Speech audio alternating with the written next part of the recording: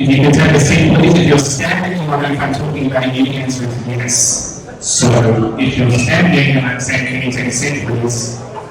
That's who I'm talking to.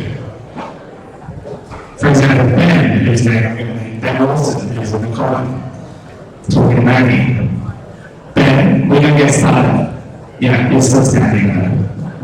So the next panel I'm really excited about.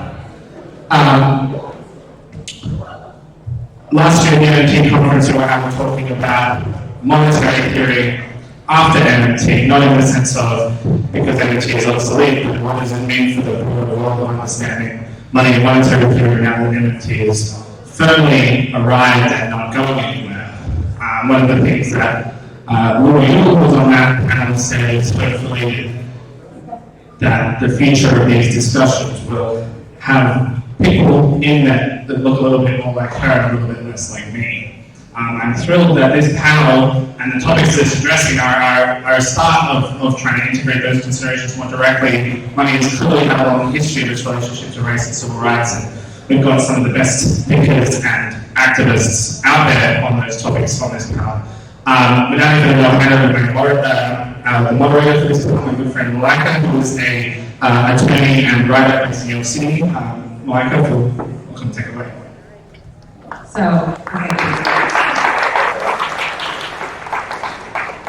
My name is Malika Jawali, and as you know, we're here to discuss money, race, and civil rights.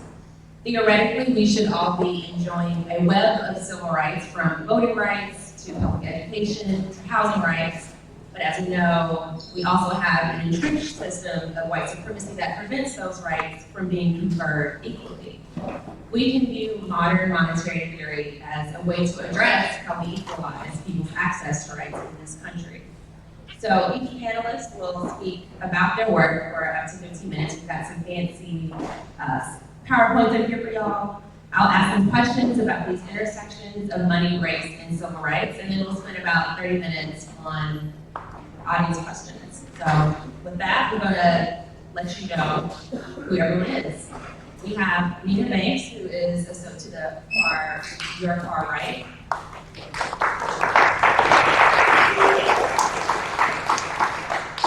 She's Associate Professor of Economics at Bucknell University. She serves on the Board of Directors of the National Economic Association and the Economic Policy Institute. Professor Banks is currently working on 2 books on Sadie Alexander, a biography and an edited volume of her speeches and writings. To her right is Sean Sebastian. He's the Iowa Organizing Director of the Working Families Party and Movement Politics Organizer for Iowa Citizens for Community Improvement. Sean was the director of the Fed Up campaign at the Center of Popular Democracy, organizing working class people of color to demand full employment monetary policy at the Federal Reserve. He completed law school at NYU and was a lecturer in law at Columbia Law School, teaching law and organizing for social change. Camille Walsh is an associate professor of law, economics, and public policy and American and ethnic studies at the University of Washington, Bothell. She holds a JD and a PhD in 20th century U.S. history, and her first book, Racial Taxation, School Segregation, and Taxpayer Citizenship from 1869 to 1873, was published in 2018 by University of North Carolina Press. And then we have Delvin Coates, is the senior pastor of Mount Enon Baptist Church in Clinton, Maryland, and the organizer of the Our Money campaign. He is active in social justice advocacy. Okay, y'all can clap it up. He is active in social justice advocacy through service on the board of the National Action Network, the NAACP Image Awards Committee, and as board chair of the Black Church Center for Justice and Equality. Reverend Coates is a graduate of Morehouse College, Harvard Divinity School, and Columbia University. Now, I'll leave it to our esteemed panelists. Could you start from our left to the right? I think we start with Camille. For the PowerPoint? Okay.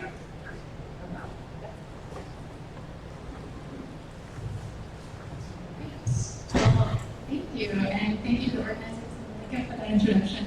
I'm thrilled to be here, and it's probably best that I go first so that you don't have to look at this picture of Klans people for any longer than you need to. So I come to MMT sort of sideways. As Marcus said, I'm a historian, lawyer by training, but certainly was not that aware of MMT when I was doing the research on my book, and then somehow still ended up at a very MMT conclusion in the end. So let's just dive in.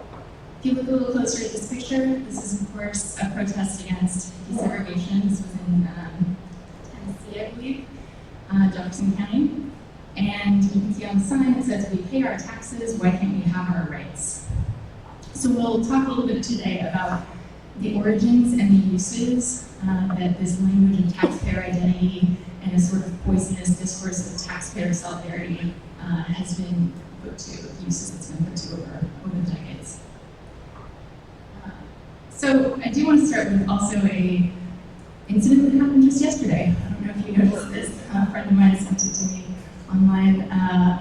A former ICE director, Thomas Homan, in response to Representative Camille Jayapal, a woman of color, my representative from Seattle. She was telling him his time was up, and his response was to sort of lose his temper and shout at her, "I'm a taxpayer, you work for me." Just very affronted by this. So we see this discourse everywhere. It is sort of my permanent trigger word, taxpayer. So this is my book, Racial Taxation, that came out last year, and the two key questions I look at in this book are who gets to call themselves a taxpayer and in what conditions. And this is relevant in part because, of course, if we look deeply into, or even shallowly, really, into tax paying and the practice of tax paying, then everyone is, right? Unless they're an infant, maybe, right? But if it means everyone, when clearly it's being used to mean something else entirely. It's not being used to just say, oh, I paid sales tax on that soda, or I had some payroll tax deducted from my paychecks last year. It means something else. So that's one question. Another question is what the relationship is between racial inequality and claims of taxpayer rights. So I argue in the book that taxpayer language has been used as an alibi for inequality, particularly racial inequality in US history. And it's a coded language of whiteness. So it's a way of saying, I accrue the privilege of whiteness or white identity or sort of middle class identity without having to use those words. It's just a code. All right. So this racial consciousness has been deployed by actually people on all sides of many debates. And this is where I think it gets really insidious. Nathan and I were just discussing this. So you can see it coming from people who are, like the Klansmen defending segregation with their last gasp. And they have a very private, individual, white supremacist rooted notion of what it means to be a taxpayer. But you also see it used for very dignitarian, communitarian kind of ways, right? You see it in arguments from people who are saying, hey, we're protesting segregation because we are responsible tax-paying citizens, and so we deserve our rights. So the little poison pill buried in there is still there, right? The idea that you deserve your rights if you're judged to have paid some particular amount of taxes that someone somewhere might deem enough or sufficient, which of course it never is, right? Because that's not really what the word taxpayer means. But it's still there on whatever side it's being deployed. And then we also see racial taxation in property tax funding as an integral foundation for both unequal schools and for educational segregation. So I've been thinking a lot in the last few days, of course, about how MMT and the sort of theories of MMT really around taxing and spending are linked to some of the things that I found in my historical research. And I think obviously one of the clear ones is that MMT really uncovers and exposes the way it's politics rather than sort of some fundamental characteristic of currency that links taxing and spending. So it's a political choice always to communicate the idea or to entrench the idea that your taxes are what are paying for something. And it's also then a choice, as Lua was saying yesterday, to fund or not fund particular things. It's not that we're constrained by these lack of funds, it's that we're choosing not to fund something, we're choosing it very intentionally. And I also want to highlight this third point, that taxpayer is just not a fundamentally useful, this is very historian language, it's not a particularly useful form of solidarity. I would say it's really a poisonous form of solidarity. It's really dangerous. And I have colleagues in tax history that I value and respect greatly who would disagree with me on this because they have seen examples, and there are definitely examples of folks arguing for civil rights, arguing for LGBTQ rights, saying like, we're taxpayers, don't we have the right to X, Y, or Z thing, like give us our equal rights? Totally understandable, and I find many of those examples in research for my book. But I think there's always a population being left out, and there's always the implication that you can somehow achieve the sort of whiteness and middle classness that taxpayer status implies if you just say the word enough. And of course you never will. You're never really going to be in that club because the club was designed to keep you out. So in reference to the discussion of government cheese yesterday, I grew up on food stamps, welfare, government cheese, personally I lived in college. My mom was homeless intermittently. So when I first read Marx in college, I was like, oh, I'm a lumpen proletariat. I'm not like dignified proletariat, dignified working class. Like, my family does not count as taxpayers. We would not qualify in the sort of logic of if you pay taxes, then you get personhood, right? You get personhood because you're a person. You don't have to do anything else.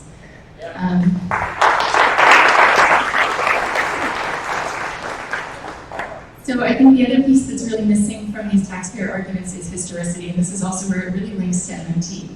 Because the fact that, you know, if you're talking about a public school, I find all these letters from people who are like, I moved to this wealthy school district so that my kids could go to the school, and I paid for the school. And of course, the school was built 50 years ago, right? They moved here last year. The school was built a long time ago with other funds completely, and it really has nothing to do with you. But if you think about it in terms of that historicity, then you do decouple taxing and spending, and politically, that's actually not ideal for a lot of people in power, right? They want to keep people thinking that taxing and spending are linked, and they particularly want to keep them thinking that their tax dollars are something that they should hoard, or that they should sort of focus on as their privilege and their right. So educational finance and property tax systems are part of what I look at, a big part of what I look at in the book, because they are the specific way that in the US school funds have been distributed. And this is what is also like a little tricky area, I think, for MMT, at least again, as a very new person to this field, because these are state and local governments, right? Even today, the federal government only contributes about 8% of the funding to public education, K-12 education across the country. And that's because the system that created these local property tax finance systems has been in place since the Civil War, and even a little bit before. I don't think that's an accident, right? It's been there since the Civil War, and it's spread from many states in the South to states in the North as a way of sort of consolidating and hoarding what Michael Tomas calls white hoarding or white accumulation. It hoards those resources and then contests anyone's claim in the community to an equal share of resources, an equal share of infrastructure, an equal share of education or other rights. It's also really important to think about the fact that these funding structures have been in place in the same way since the 19th century because segregated schools were intertwined with them. So it's not that segregated schools happened over here and property tax funding happened over here. They were intertwined from the start. They were part and parcel of each other. And so if the funding structure really hasn't changed, right, our federal tax structure has changed radically in this time period. Local property tax structure for public education has not. So if that hasn't changed, why would we ever expect school segregation to have really fundamentally changed, which it also has not, right? Those two things are too closely linked. And it's also tied to, again, like I said, the MMT component here that I think is interesting is federalism. Because these state and local systems are the place where the bulk of the funds are being sort of given to and then redistributed through the tax incentive system at the state level, they then create this really tight linkage in people's minds around the political identity as a taxpayer. That you check off a box to vote for a school levy, and I'm not saying everybody should vote for school levies, but you're checking off that box and it's creating a sense of entitlement, like, I'm paying for this levy, I'm a homeowner, I'm a property owner, I pay my property taxes, and so I'm entitled to a certain kind of school, or my child is. That entitlement is something that I think a particular political class wants and encourages, right? The belief that your taxes are that tightly linked to a particular local good. And it doesn't have to be that way. Certainly it's not that way in a lot of countries in the world.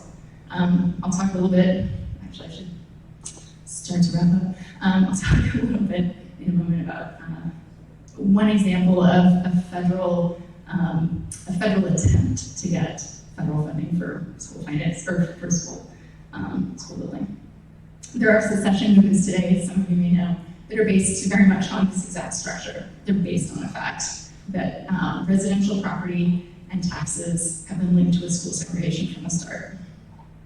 Okay, so I'm gonna move ahead through a couple of cases. There's a really important case, San Antonio versus Rodriguez, that some of you may know from 1973. This was the case that shut the door on the idea of education as a fundamental right. It also shut the door on the idea that poverty, the court calls it wealth, it's sort of a confusing thing, but they mean poverty, is a protected class, and they just sort of ignore the race claim entirely, which is part of what provoked me to go down this route. From law school, I went and got my PhD in part because of this case.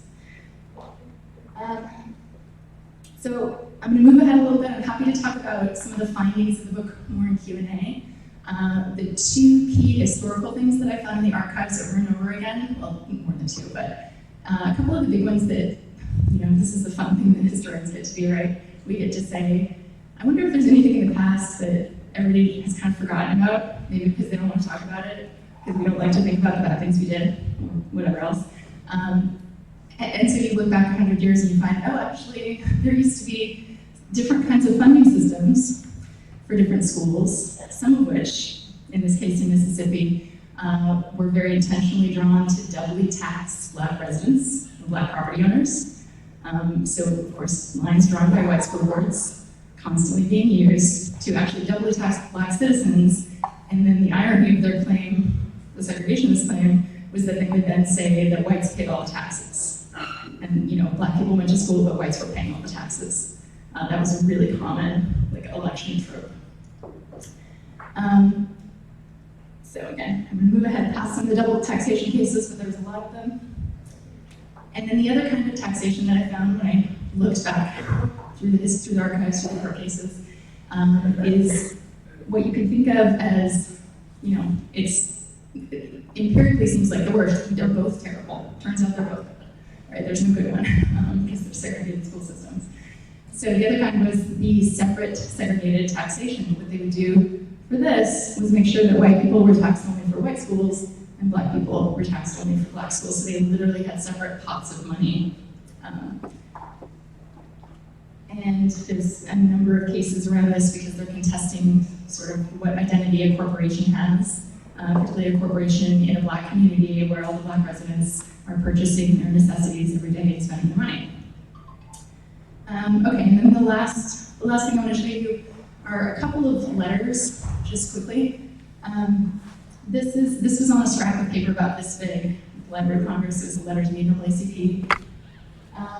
And they just said, they burned down our school, we rebuilt it, and they burned it down again. Please help us, we are taxpaying citizens. So this is an example of what I was saying about the dignitarian, very understandable claim to identity as a taxpayer, because you are in a world where it seems that identifying as a taxpayer is maybe one of the only routes to dignity. I would say, it still didn't work. That's one of the problems with this. This is actually another of my favorite quotes of all time.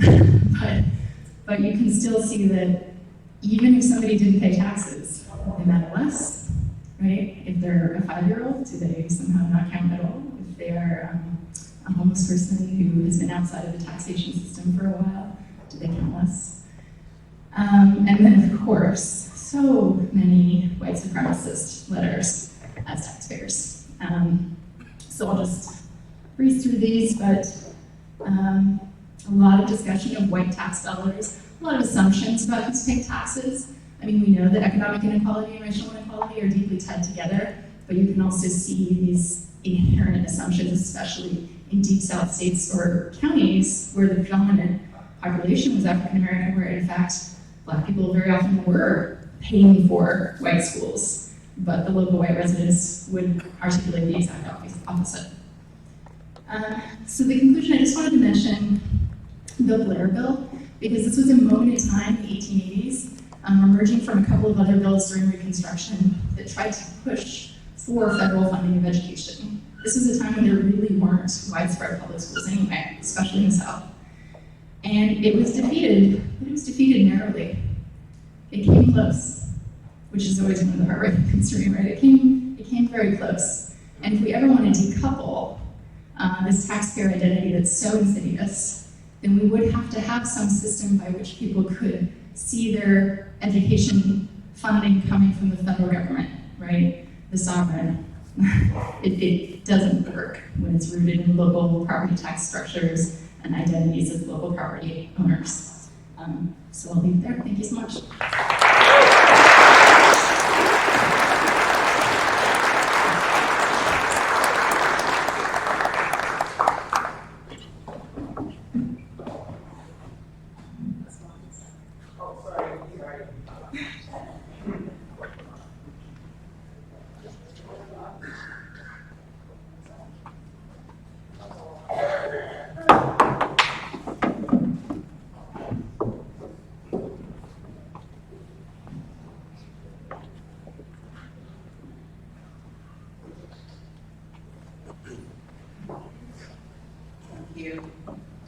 Good afternoon. I'd like to thank the conference organizers for inviting me to talk about my research on Sadie Alexander. I'm sure that many of you have never heard of Sadie Alexander, even though she was one of the most accomplished and educated people in the world during her lifetime. She lived during a time when Black people had very limited opportunities for professional work, and the work that they performed was invisible to most white Americans.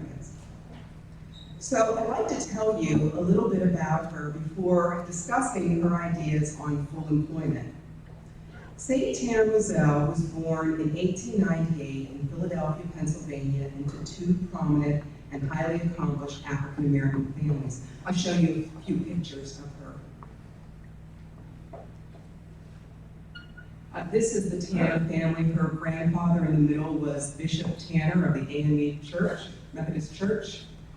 This is a photograph, and I ask you not to take pictures of these because I'm getting permission from Penn to include them in my books.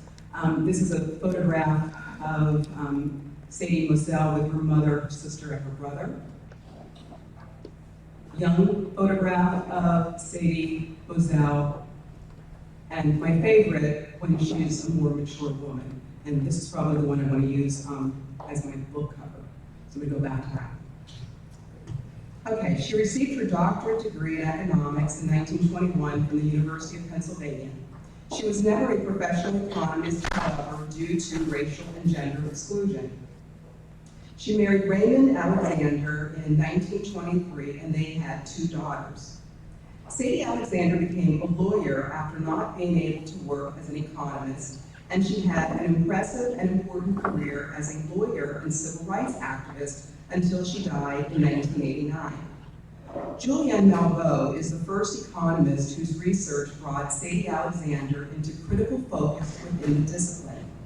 Malveaux's seminal research focused on Sadie Alexander's dissertation on Black migrants to Philadelphia and explored the implications of Alexander's exclusion from the profession.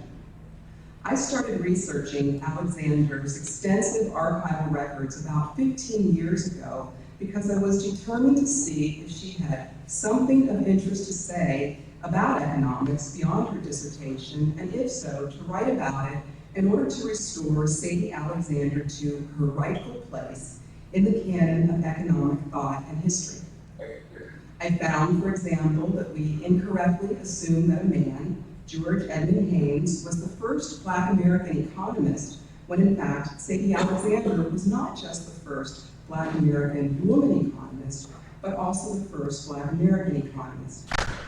I also found that even though Sadie Alexander became a lawyer rather than a working economist, she spoke presciently on economic issues that are of great concern even today, including the need to combat Black poverty and marginalization through full employment policies, the scapegoating of migrant communities, the important role women play within the economy, and the necessity of minimizing income inequality.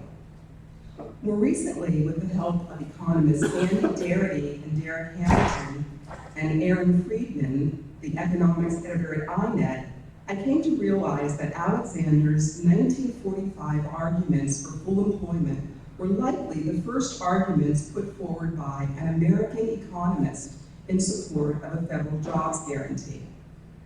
So I'm going to focus on Sadie Alexander's arguments for full employment job guarantees. Most of what I'm going to talk about comes from my attempts to decipher and analyze speeches that Sadie Alexander gave during World War II, which focus on the economic status of Black workers and their job prospects in the post-war economy. During World War II, the government achieved full employment by using direct job creation through public works programs such as the Civilian Conservation Corps and Works Progress Administration. Given the expected 40% cutback in jobs after the war ended, Sadie Alexander advocated that government continue to provide full employment through public works programs. The issue of money and economic security was a fundamental part of Sadie Alexander's call for full employment and job guarantees. As many of you know, in January 1944, in President Roosevelt's State of the Union address, he called for a second Bill of Rights to provide, quote, a new basis of security and prosperity. He believed that the transformation of the economy into an industrial economy since its founding required an expansion of citizens' rights to life, liberty, and the pursuit of happiness. Indeed, he stated that it was self-evident that, quote, true individual freedom cannot exist without economic security and independence. He also stated, quote, people who are hungry and out of a job are the stuff of which dictatorships are made. Sadie Alexander shared with Roosevelt the concern over economic insecurity and the danger that it posed to democratic rule in the United States. Alexander gave a speech in early 1945 at Florida A&M College that gave a more in-depth analysis of the racial implications of economic insecurity than Roosevelt's speech.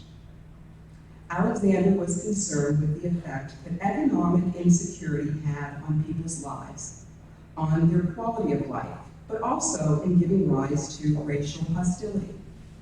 Alexander expressed this very eloquently with the hope that all people could enjoy the freedom from want and fear expressed in the Atlantic Charter, saying, quote, freedom from want and freedom from fear cannot be attained at home when hordes of unemployed men and women are pounding the city streets and bargaining on street corners against each other for a chance to do a day's work. I hold it the obligation of every American to remove those inequities which have crept into our national life and caused men to fear want and to fear each other, end quote.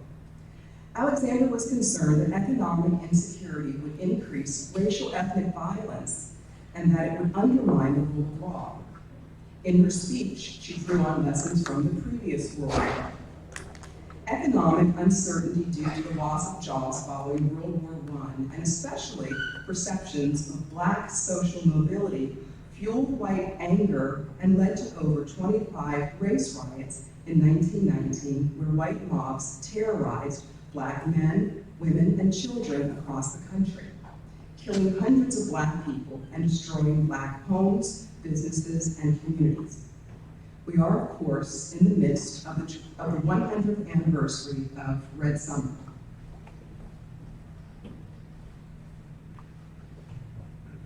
Indeed, Sadie Alexander believed that most global problems were tied to some form of economic deprivation, and so she believed that economic security was vital not only to enhance human well-being, but also as a foundation for the maintenance of democratic institutions. She warned that fears of economic uncertainty and hopelessness can be manipulated and channeled into scapegoating against marginalized communities. In a 1939 talk, Sadie Alexander said that, quote, dissatisfaction and discontent with the economic condition of a country have given rise to race-baiting speeches, end quote. In order to decrease economic insecurity, Alexander discussed the need for government regulations that would diminish fluctuations in the business cycle, and she discussed the need for government relief programs. And like Roosevelt, Sadie Alexander feared that economic insecurity would result in, quote, men and women who have lost hope demanding a dictator to take over the reins of government, end quote. We have, of course, seen this process unfold recently with the rise of right-wing populism in Europe and in the US with the election of Donald Trump and his ongoing racial demagoguery and disregard for democratic norms and practices. In the 1945 Florida speech, Sadie Alexander spoke to the audience about the persistence of racial discrimination and the status of Black workers as marginal workers, workers who were the last to be hired and the first to be fired when businesses were letting workers go. Even though Black workers had high levels of industrial employment during World War II, Sadie Alexander knew that they would be the first to be fired because they had less seniority in the plants and because of racial discrimination in employers' decision about which workers to fire. In addition, she believed that all workers would benefit from full employment and wanted white workers to realize the benefits from full employment instead of perceiving Black workers as rivals and threats to jobs. In the speech, she said, quote, the right to work is not a Black nor a white problem, but a human problem. The more men and women who are working, the greater is the demand for goods, and the more money is invested to build factories to produce goods to satisfy the demands of workers. Every man should be concerned that every other man is employed, for only in full employment is the individual laborer assured a job. I need not state to you that full employment for all willing and able to work is also the solution of all over national difficulties. So by her logic, all workers would benefit from full employment because it would mean having job security. The threat of unemployment erodes workers' ability to negotiate with employers over better compensation and working conditions, either as individuals or as members of unions who are engaged in collective bargaining. Alexander believed that having a fully employed labor force would increase workers' pay and purchasing power. This could not occur if whites continued to exclude Black workers from having the right to work. Sadie Alexander said that full employment was, quote, the only solution to the economic subjugation of the Negro and of the great masses of white labor. If full employment by determination of the people and the government could be obtained for the destructive purposes of the war, why can we not achieve it for the constructive purposes of maintaining the peace? Therefore, Alexander favored government taking an active role in the economy when there were shortfalls in production. She believed that the federal government should provide jobs that paid livable wages to workers who were willing and able to work, but who were unable to do so because of the failure of the private sector to create enough jobs. Alexander maintained that the right to work was a fundamental right that all citizens, in fact all humans, should have. The example of the success of direct job creation during World War II was the lesson that FDR and Sadie Alexander drew upon when they called for a fully employed labor force in the post-war period. Moreover, when Sadie Alexander talked about full employment through public works programs, she focused on public works projects that addressed urgent national problems. However, the problems that she suggested were about quality of life issues.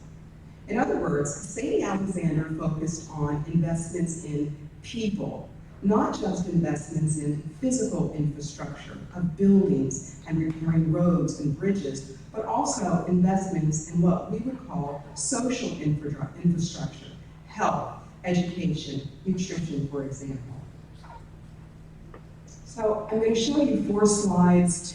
The first 2 slides are of economic conditions during the 1940s when Sadie Alexander advanced her program, and then the next 2 slides are of poverty conditions in rural and urban areas today. Urban poverty, 1940s. Rural poverty, 1940s. Today, rural poverty, and today, urban poverty. Alexander envisioned a public works program that addressed pressing needs that would enhance people's well-being. She called for improving housing conditions in urban slums, providing electricity to every farm, reducing illiteracy, reducing hunger, and making sure that people were properly clothed. That's typically not what we think about today when we focus on public works, and yet Sadie Alexander's vision is, I think, a more comprehensive public works or jobs program because it would create jobs in a variety of fields and also have the effect of improving the quality of people's lives in both the short and long term. And finally, as we segue into the next talk by Reverend Coates, I'd like to end by pointing out that Sadie Alexander always premised her calls for workers' rights on the basis of economic justice and morality. In 1963, in the midst of the civil rights movement, she said that all institutions in society, organized labor, governments, schools, industry, needed to come together to develop a comprehensive plan to ensure that people who experience neglect, deprivation, and discrimination could achieve their full potential. As far back as her 1921 dissertation, Sadie Alexander called on the Black church to use its revenues to build houses for Black migrants rather than additions to their churches. In the 1930s, Alexander elaborated on the role of the Black church by stating that they have an obligation and a special role to play in the struggle to improve life for poor Blacks, saying, quote, "Any program proposed for racial achievement must first consider the influence of the Negro church. The success of any plan to improve the status of our group must be dependent upon the cooperation of the Negro clergymen and Negro church, because they come nearer than any other group to controlling the thought of the masses. We must develop some plan by which this group of leaders will realize the social implications of Christian salvation. Jesus knew that if the lives of the poor were to be made happier, if their souls were to be made pure, there must be an improvement in their general social conditions. His sympathy for the poor did not stop with charity, but flowed out into a concept of social justice." Thank you.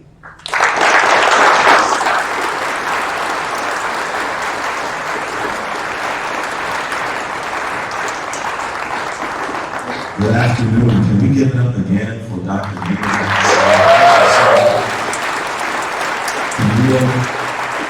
thank you so much for that. I'm going to have to show me going how to work these little device here. But good morning to all, good afternoon to all of you. And I'm just really honored and delighted to be with you this afternoon as a part of this third annual MMT conference. I want to thank all of the conveners for inviting me to be here today to just talk a bit about the Our Money campaign, my journey to MMT, and to say a bit about my understanding of its connection to the civil rights struggle.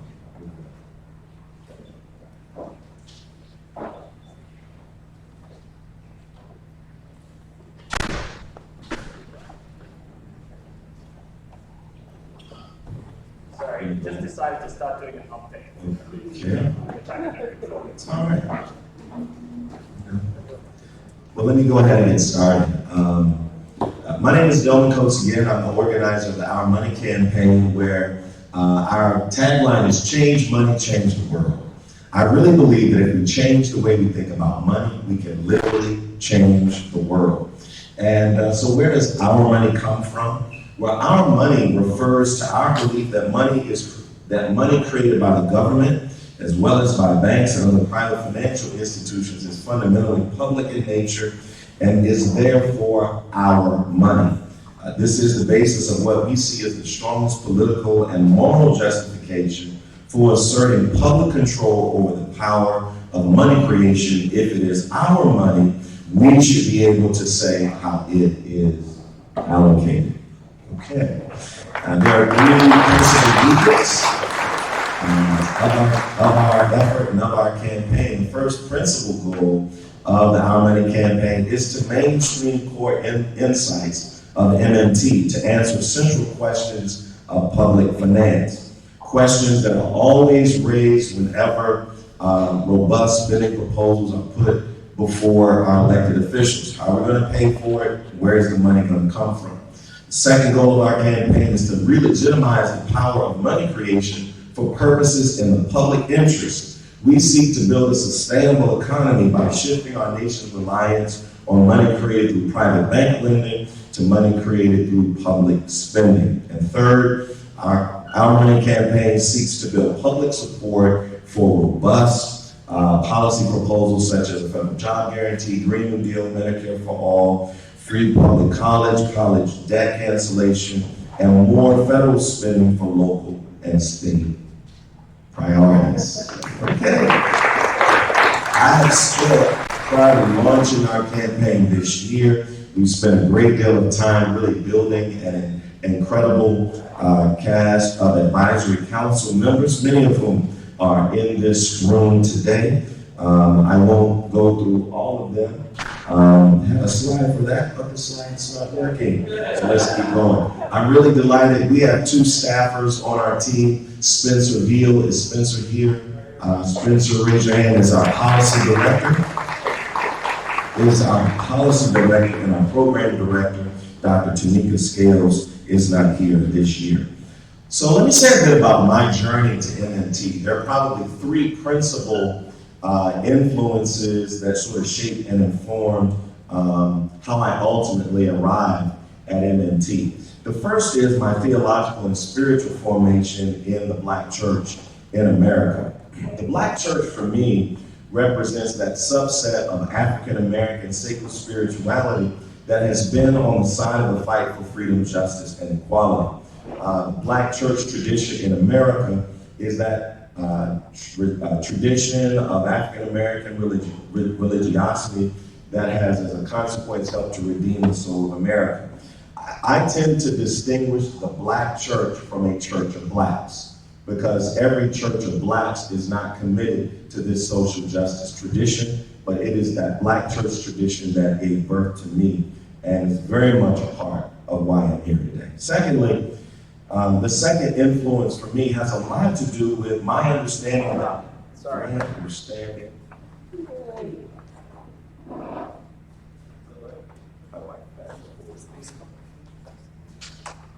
Which button should I back?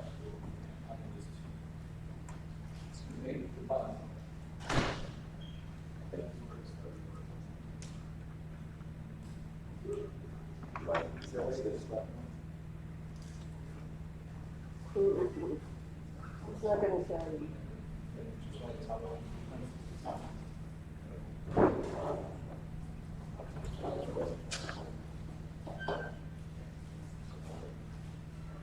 Okay.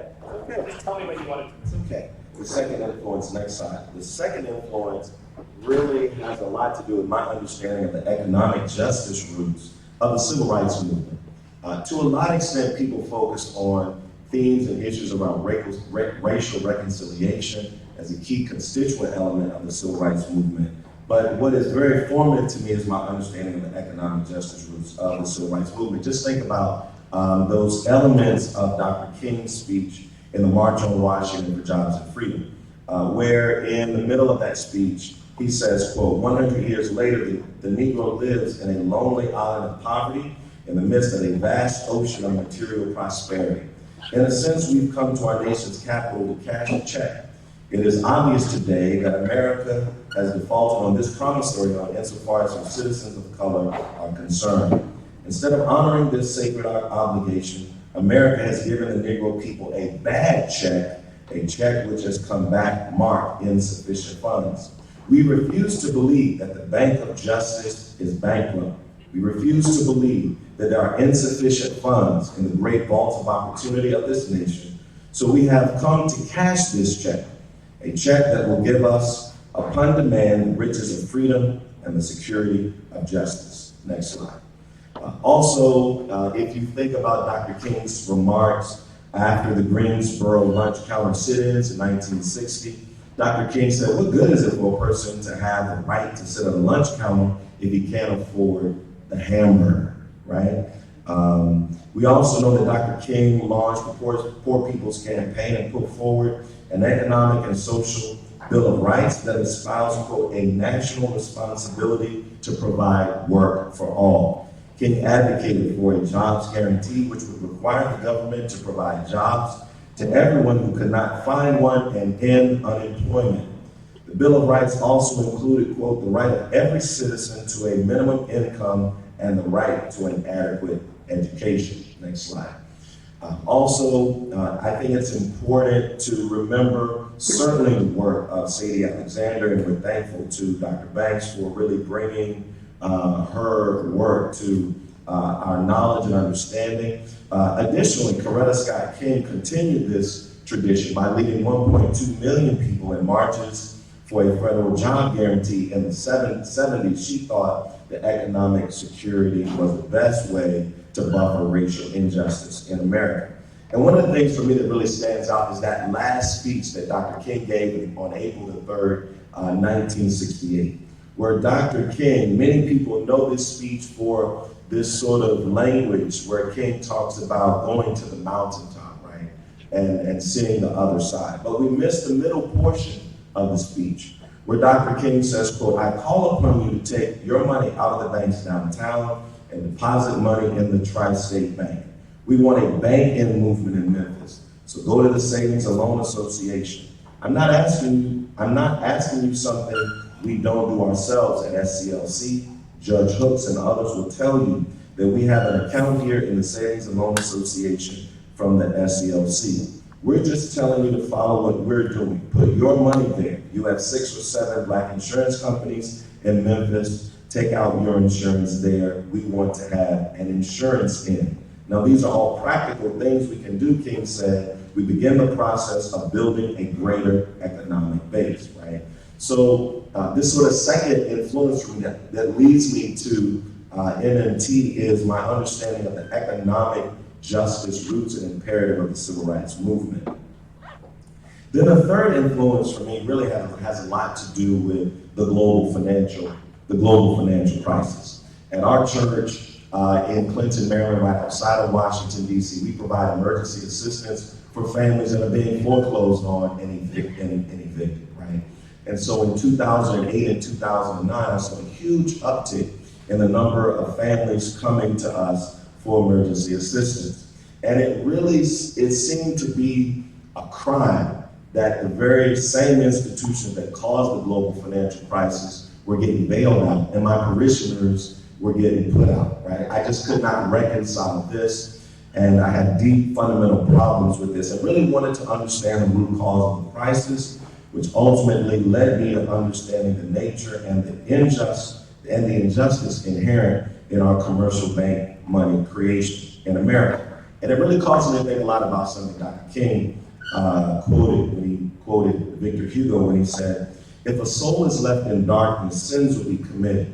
But the guilty one is not the one who commits the sins, but the one who causes the darkness. And I'll never forget in 2009 going to a meeting of bankers talking about the foreclosure crisis and all of my members who were being foreclosed upon. And all of the bankers laughed and assigned the blame to the members in my church for taking out mortgages that they could not afford, for trying to flip houses, and took no ownership in the issue as well. And so I took it upon myself to say that I wanted to really commit to helping to build a moral economy one that works for us, not one that works against us. And as a historian of religion, I'm acutely aware of the historic critique of money manipulation, often called usury, in the Abrahamic religions, and understood usury to be more than just the charging of excessive interest.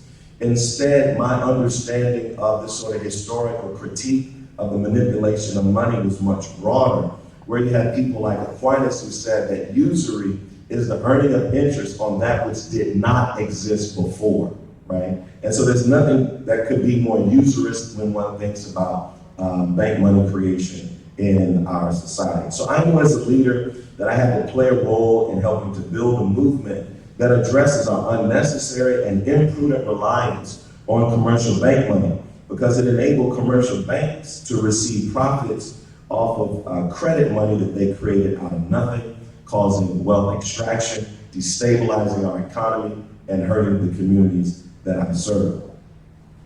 I was first introduced to the whole notion of public money from the positive money AMI perspective, and eventually found MMT to be a much more pragmatic and intellectually rigorous understanding of how money works today. It gave me the conceptual tools for educating the public and politicians to re-legitimize the power of money creation for public purposes.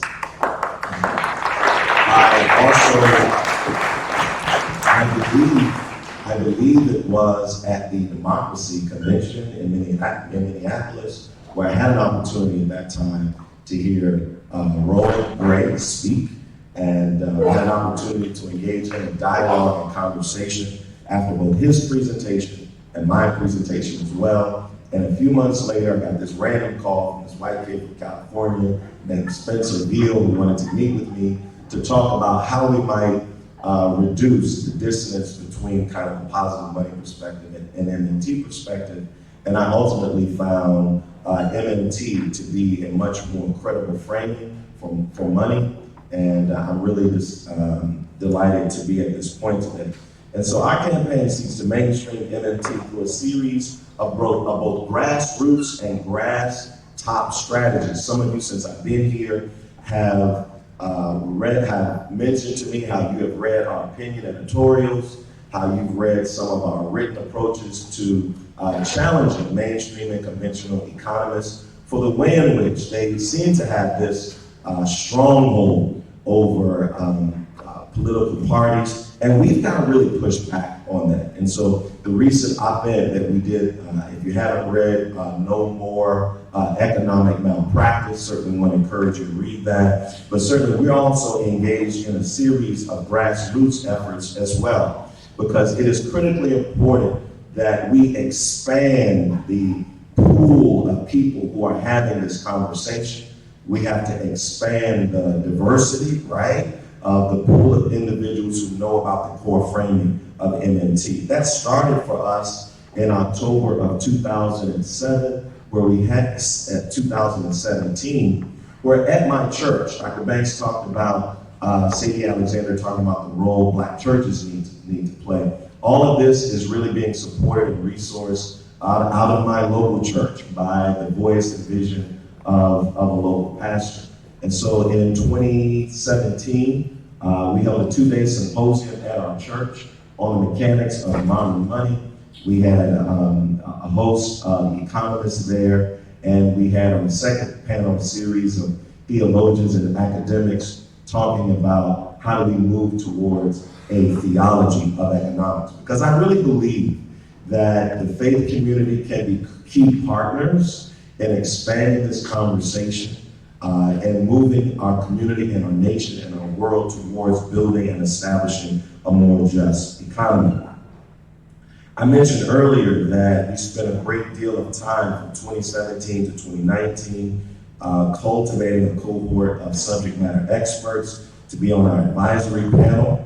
We've been conducting trainings all around the country. What I would do is I'll go around the country and I'll meet with 25 to 30 pastors, principally African-American pastors, and talk to them about MMT. We want to get them on board by understanding the core economic framing so that ultimately over time we can convert them into advocates and activists for this core economic framing. I say all the time, right, that I sort of envision myself as an evangelist for this message. And we need more leaders, more influencers becoming evangelists for this incredible good news that our economy, there's more resource, there's more potential, that our economy does not have to be predicated on scarcity, and we have to wait to tax Jeff Bezos and Amazon in order to have some of the great public priorities that we need to have. I don't want my community to have to wait, right, until we tax Jeff Bezos and Amazon in order for us to get a dignified job and benefits, Medicare for all, the Green New Deal, or to have our roads and infrastructure rebuilt in America. And so I've been going around the country doing trainings at Morehouse College. We trained about 200 pastors in Memphis, Tennessee in December of last year at the Congress of National Black Churches. We just did an awesome training at Hampton University at the Hampton Ministers Conference of about 75 clergy as well. We're going to continue to do this work. And in May of this year, we launched the Our Money campaign. I think we go 2 slides ahead, Ron. We launched the Our Money campaign, and essentially what we're asking local churches and local leaders to do, we're asking them to do a few things. We're first asking them to bring together locally elected officials, your city council members, your members of your state legislature, and your members of Congress and their staff to hold sessions in which we are educating them about MMT. So on May 17th, when we first launched, we brought together 75 policymakers, organizers, and community leaders in our community in Maryland to talk about the power of the public purse, MMT, and the new economics for public finance, where many of them are understanding how MMT can be helpful for them, not just on these broad, robust federal policies like like federal jobs guarantee and things of this nature,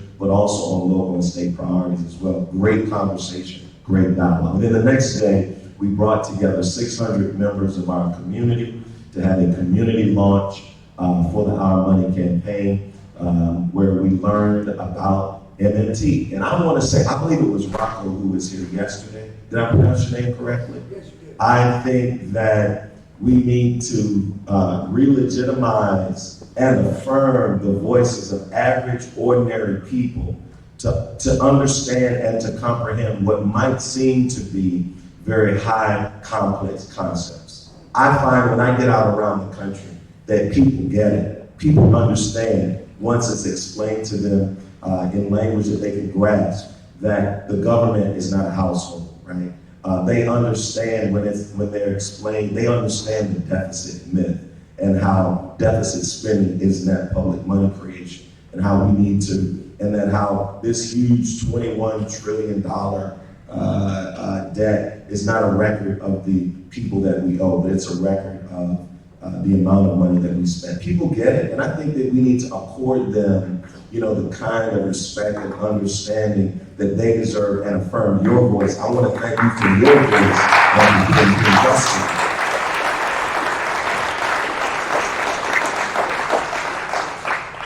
Also, as a part of our grassroots efforts, next slide, so I've been going around the country doing educational sessions. The next slide, we've also been doing rallies and marches. We just had on Labor Day a few weeks ago a rally and march in Washington. It was a rally for full employment and economic justice, where we brought together 1,000 supporters, clergy, economists, and activists. I want to thank Andres and Raul for coming down and to be a part of that. And I'm really excited about the way in which we're seeking to expand the conversation and those who are at this table. Just 2 weeks after the march, I received a call from Representative Omar's office and some allies with Sunrise to be a part of the Federal Jobs Guarantee Development Act announcement. These members of Congress, Congresswoman Bonnie Watson Coleman, Congresswoman Omar, Congressman Bobby Rush from Illinois, were presenting the companion bill on the House side for Senator Booker's Federal Jobs Guarantee Development Act. Yes, it could be better, it could be more robust, but I think it constitutes and represents a start for what we're doing. Next slide. We're seeking right now there are a series of tactics. If you can go to other tactics, there's a series of robust tactics that we're seeking to put together now. The next slide after that, Ron. We're seeking to develop local chapters based on congressional districts around the country to educate citizens on how to express their policy demands to the members of Congress and elect new members of Congress if necessary. We're also training our money ambassadors. Our whole strategy is we want to influence the influencers. So there are clergy, there are people, there are individuals who lead organizations who have membership bases that could be labor leaders, civil rights leaders, clergy. We're seeking to influence the influencers to really get the MMT message. We're engaged in issue-based lobbying, in which we are right now pushing for congressional hearings on MMT. We need a congressional hearing on MMT, and we need citizens who are demanding that the House Financial Services Committee, the House Budget Committee, and Senate Finance Committee can really conduct hearings on MMT. We recently submitted, a request to the Congressional Research Service to respond to, I believe it was 32 or 38 questions about the core economic frame for MMT. What I found in 2018 is that many of our members of Congress rely on the counsel and advice of the Congressional Research Service, and Congressman Bobby Rush was willing to submit a series of 32 questions about the core economic framing of MMT. We recently had their response to that, and I'm really excited to hear about the work that Nathan talked a bit about yesterday. I'm really looking forward to his report on credit controls on commercial bank money creation as a means of checking inflation. So I think I've said enough. I want to thank all of you for allowing me to be here today, but it is incumbent upon us to get outside of the four walls of this space and to share with Lottie Dottie and everybody about the good news, the message of modern monetary theory, because it is going to help us address our existential threat and help us to build more in a community that puts us all together rather than the insanity that we're hearing today that is pulling us apart. Thank you so much.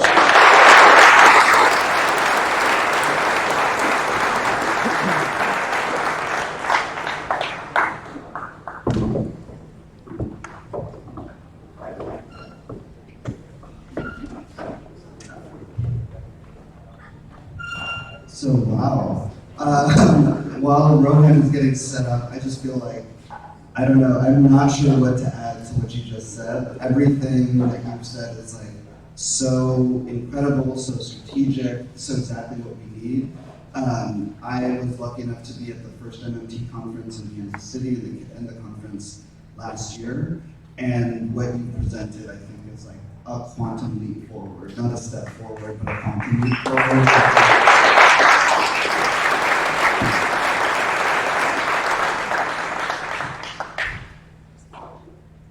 So I'm going to just kind of give a little bit of context of what we did on the Fed Up campaign and some of the work that I'm doing in Iowa right now with an organization called Iowa Citizens for Community Improvement.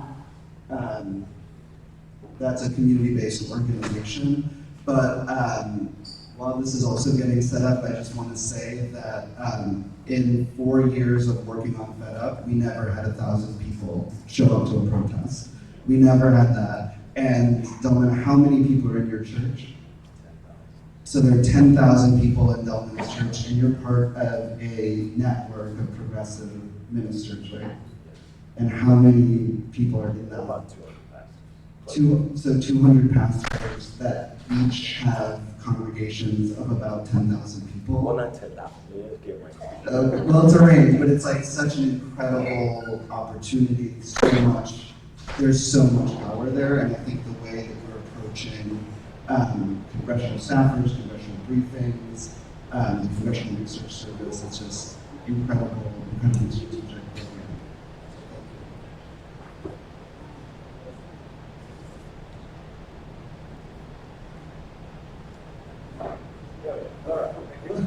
All right.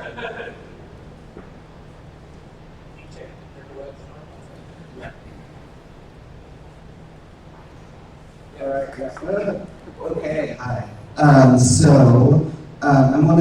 When I started, I just want to tell you a little about me and myself and like how I came into this work a little bit. So this is my family. I'm in the bottom right corner. This was the best picture that I could get that day. My family are Indian immigrants, and we moved to Iowa in the early 1980s. My dad was an engineer by training, but when he came to Iowa, he was only able to get a job at a foundry in Oskaloosa making fire hydrants. And he was quickly laid off when I was 2 years old. And he was caught up in the early 1980s recession with the rest of the country and the rest of Iowa in particular. So in the early 80s, we had, I'm not sure if people know this history, but the early 80s recession hit Iowa so hard that people drove their tractors from Iowa all the way to the US Capitol and set them on fire.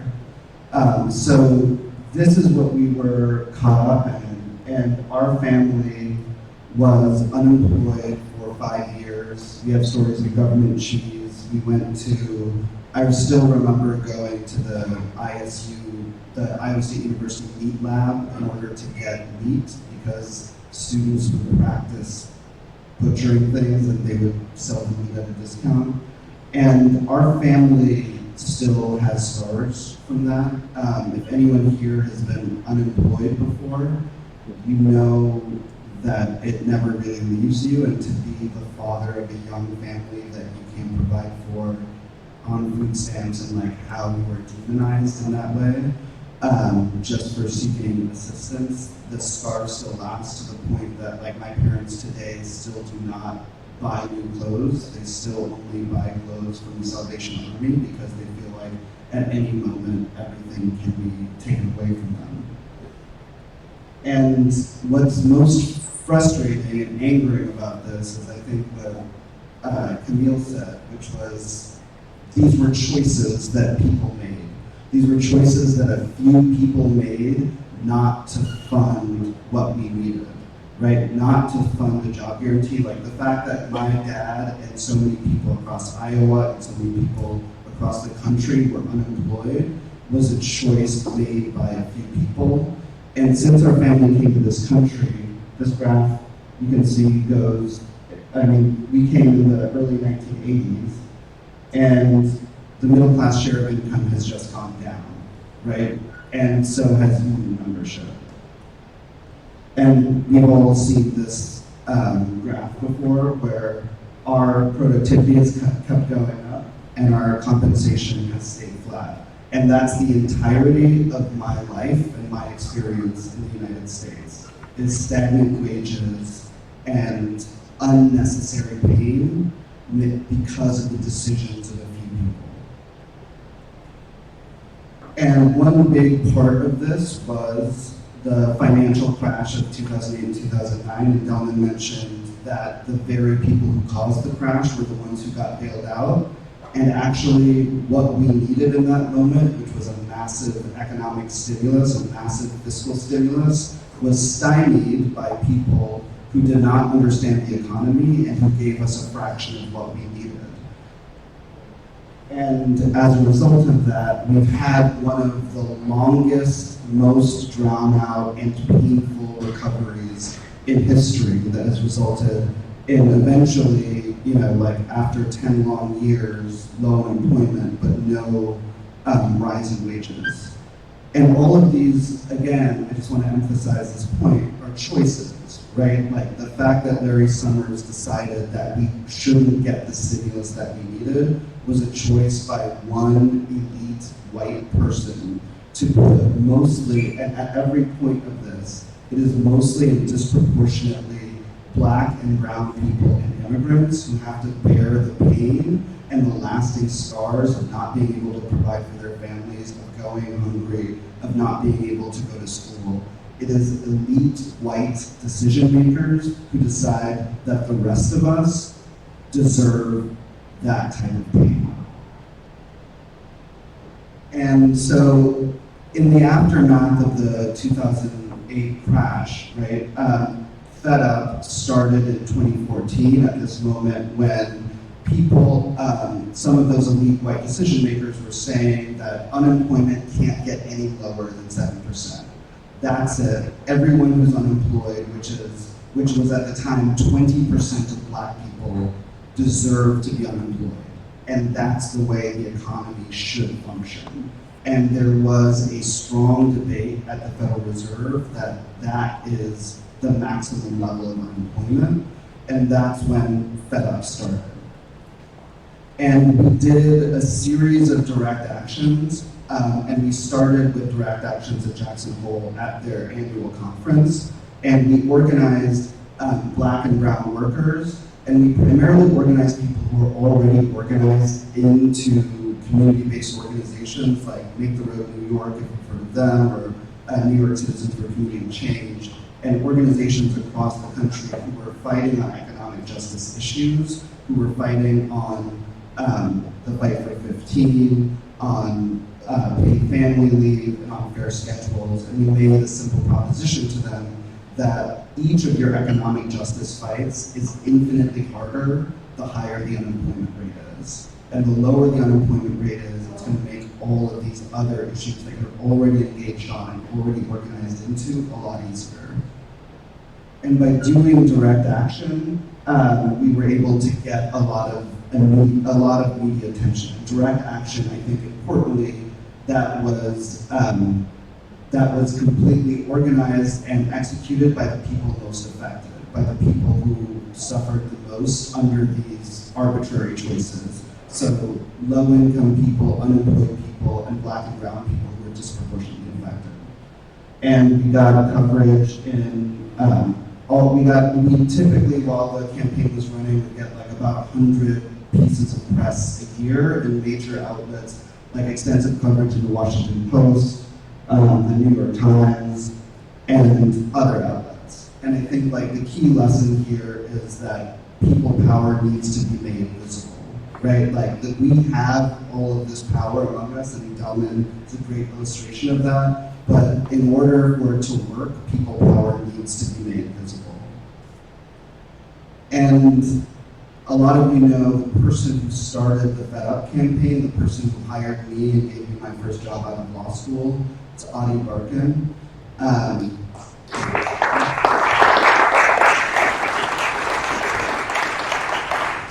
And you know, Adi is an incredibly brilliant person who saw this opportunity and saw just kind of like strategically how all of this could work, saw a pretty small monetary policy press corps, saw a few targets, and built connections with community-based organizations of Black and brown people. And I'm just like so thankful that I got to be part of it at the beginning and helping build it. And right now, Adi is probably the most important activist in the country fighting for Medicare for all. And you know, Adi has ALS. He was diagnosed with ALS just a couple of weeks before the 2016 election. And I was with him in Santa Barbara watching the election.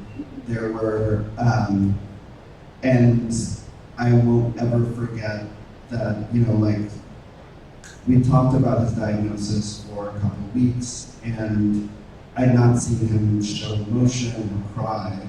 But as the results of the election came in and it became clear that Donald Trump was going to win, he started like sobbing in his father's arms for the first time that I saw him. And he said that when he got his diagnosis, his own world was shattered. But after the election, he felt like the whole world was shattered. It was, and now Adi it's 3 years later, and at that time, Adi was still talking and walking and running, and now Adi has a ventilator. He just got a ventilator put into his lungs. And in Japan, where they have universal health care, 90% of people with ALS get a ventilator and continue to live and continue to do things like write Adi's book that he just wrote and like have interviews with these presidential candidates. He's able to do a lot. In the US, 90% of people choose not to do that. And it's all because of money. It's all because people say we can't afford it. And I just wanted to kind of ground us in this because these are just like my own personal stories. We all have these stories where because a few people try to tell us we don't have enough money, they push us into life and death decisions that we don't need to make. They make these arbitrary decisions based on debunked theories, based on refusing to look at the data, and then meanwhile, we have to make those life and death decisions. And Adi is the person that pulled me into this work, and right now his life hangs in the balance because people are telling us that we don't have the money for Medicare for all. So after that day, I left Iowa. I was born and raised in Iowa. I left Iowa about 15 years ago, and after the election, I couldn't recognize where I grew up. This map on the left is Iowa in 2008. In 2008, Iowa had a Democratic governor, we had a Democratic House, we had a Democratic Senate, and Obama won the state by 10 points. And in 2016, Trump won the state by 10 points.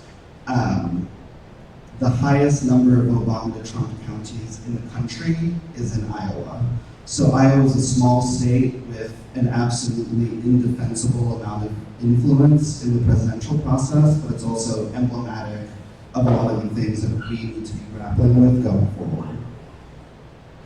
And one of them is that in that long, painful recovery, rural areas did not have the same recovery as the rest of the, did not even have that same inadequate, and prolonged recovery. Rural communities just didn't get it. And, I think other folks on the panel had, other folks on the panel, like Dr. Banks, have mentioned this and the insights of Sadie Alexander, seeing the intertwining of economic devastation and racism, right? So when my family was caught up in the 1980s recession, we didn't cause that. We weren't the ones that made the decisions that caused that recession, but we were blamed for it, right? People didn't look up to the people who made those decisions. They looked across the street to the brown person and the brown family that were easier to blame. And I know that in my family, and I know that across the country, that when we arbitrarily choose to put people in economic distress, the people who hurt the most and the people who become most vulnerable are Black people and brown people like my family. So now we have a totally different situation, right? I think people are incredibly obsessed with the 2020 election so early on because we're anxious to make a change, and Iowa is a key place. It's a hinge point where that change is possible, and we have a ridiculous and crazy number of options here. But what's more important is what we have on the table, right? So on the table, we've got a Green New Deal, we've got Medicare for all, we've got free college. People are talking about these big, bold, progressive ideas for the first time in a long time, or ever, maybe. And the question that I'm hearing on the ground, which I think will be a rolling question as this frenzy and circus moves across the country, is people love these ideas. These ideas are incredibly popular, but the one thing that keeps coming up is how do we pay for it? So how do we communicate MMT to the general public? how do we make the substantive case to non-subject matter experts who have a lot of influence in making this change? And who do we need to be making the case to?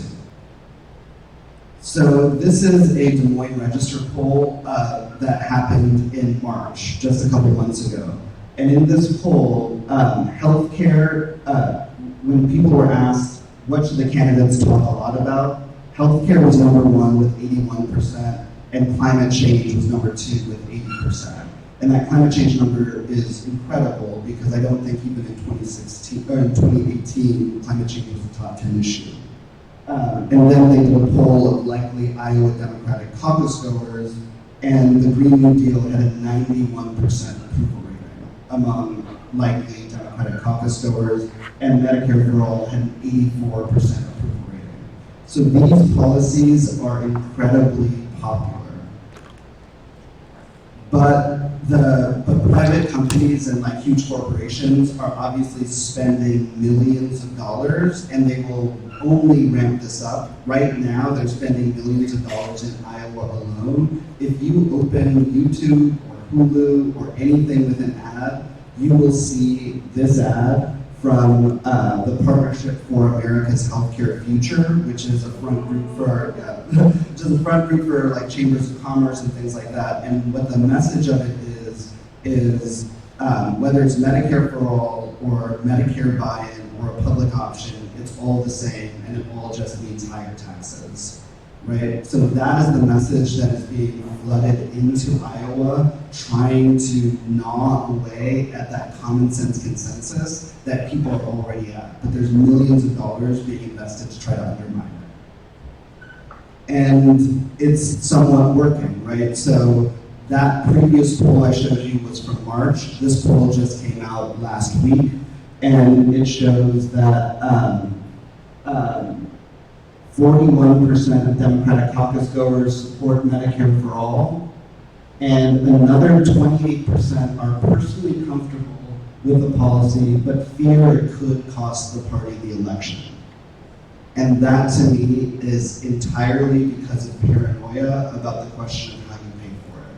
So we went from a massive consensus of 84% to just under half who are unequivocally for it, and a significant portion who would be for it, who know that it's the right policy, but are afraid because corporations have chosen to make them afraid. The same goes for the Green New Deal. 48% of people support it unequivocally, and 12% say that they're worried that it's bad for the party. So how do we fight back against this message? How do we fight back against the millions and millions of dollars that is trying to undermine this kind of core common sense consensus? I think at this, you all as a group of MMTers are really lucky that one of your leading intellectual lights is also a brilliant messenger. Stephanie Kelton, I think, has given me so much guidance in terms of how to talk about these issues. And this is, I think, this ultimately is the best thing that we can say to people. This is from AOC. We write unlimited blank checks for war. We just wrote a $2 trillion check for the GOP tax cut, and nobody asked those folks, how are they going to pay for it? So my question is, why are our pockets only empty when it comes to education and healthcare for our kids?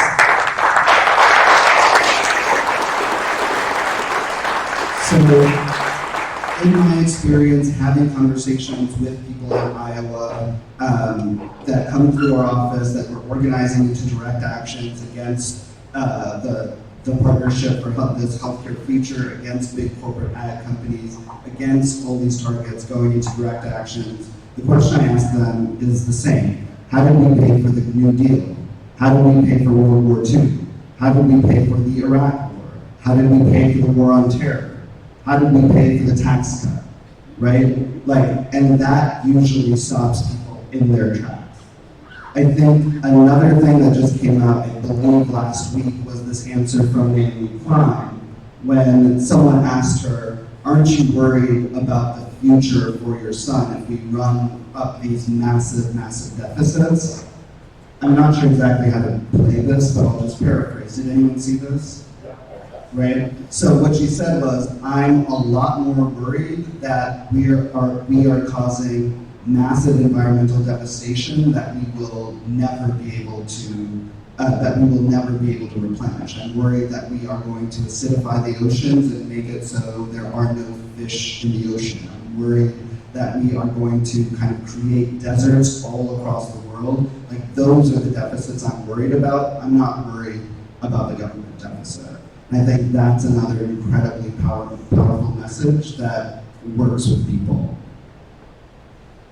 So this is a little bit of guidance, right? So we'll pay for the Green New Deal like we have always paid for other progressive priorities, for the same way we pay for all other government spending. The constraint isn't money, it's political will. History's on our side. We've faced global crises before by the government mobilizing massive public resources, and we can do it again.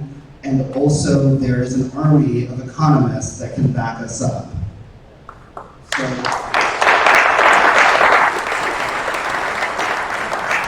And you can't really see the bottom line of this, but really for 95% of people, this is all they need, right? What they're in the fight for and what they're in the fight for the future for is the Green New Deal. They're in the fight for their children to have a livable future. They're in the fight for Medicare for all, for people in their family who are rationing insulin and who are actually are on the brink of death just because they don't have enough money. That's why they're in the fight. And if you can just give them a credible, short explanation that this can work, and there's a lot of people who, like, if you're interested, you can talk to them. That's all that's really necessary, and that's all that people are really interested in. I have not talked to anyone who's really asked me to send them 10 YouTube links to MMT lectures yet. So if people want to get into the weeds, and this is typically for more professional staff who are in political organizations or issue-based organizations, what I generally say is that the limit of what we can spend is not what we collect in taxes. The limit is inflation, and that means so much more is possible than the current conversation allows. So to spend $1, we don't need to collect $1 in taxes first. Our government spending is much higher than what we can collect in taxes. And this classic quote that Dick Cheney said, Reagan proved that deficits don't matter. I can show them this. I showed this presentation to the U.S. Climate Action Network, which has about 500 groups in it. And there was some interest and some questions, but in general, everyone was very into it and got it. So you all know this stuff. So then the other thing that I told them was, we can talk about taxes, but we need to decouple the tax conversation from the paying for it conversation. Taxes are useful as a way to deconcentrate wealth, as a way to stop bad behavior, but they are not necessary to pay for what we need. So let's tax the rich, let's tax polluters, but let's not be constrained by what we can collect in taxes. So I can tell you in my experience, kind of in Iowa at the intersection of a lot of different groups fighting for these big ideas, this has been useful and people get it, and this is kind of all that they really need. And the key is to do what Delman is doing, is to be spreading this message out to as many people as we can. And this is just a very impartial list, but there are mass mobilizations of people who are organized around Medicare for All, and they should know about MMT. They should know that anytime someone asks them how to pay for it, that's not a real question. There's obviously a massive movement on the Green New Deal, and the same thing. They should just be able to stop the how do you pay for it conversation in its tracks. And then, of course, when it comes to making this real in the political arena, who has power and who mobilizes in politics, right? It's like Black people, people of color. Like, we need to spread this message and get more of the leadership and like make more entry points with like folks like Galman who are part of massive organized networks that are people who are already ready to take action. And then there's a huge opportunity with the presidential campaigns right now. I can say, like, sitting in Iowa, we have like a tremendous, and I work for the largest progressive organization in the state of Iowa, and we have a lot of access, and there's a lot of stuff that's still in flux, and people are still writing their plans and still taking input. So now is the time also to be injecting this into the presidential political conversation. And that's my presentation.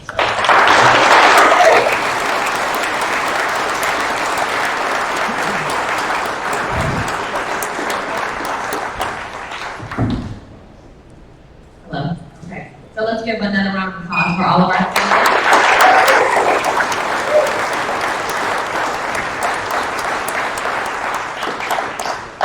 And I have some questions for you all that kind of loop in each other's work. So there will be some questions that are kind of in groups. And the first is for Sean and Dr. Walsh, and it's related to something that you mentioned in your book, where you said that Trump's presumptive status as a tax-paying citizen candidate was deeply rooted in the historical alliance between taxpayer, citizen, and white that have been deployed to help justify and alibi racial inequality.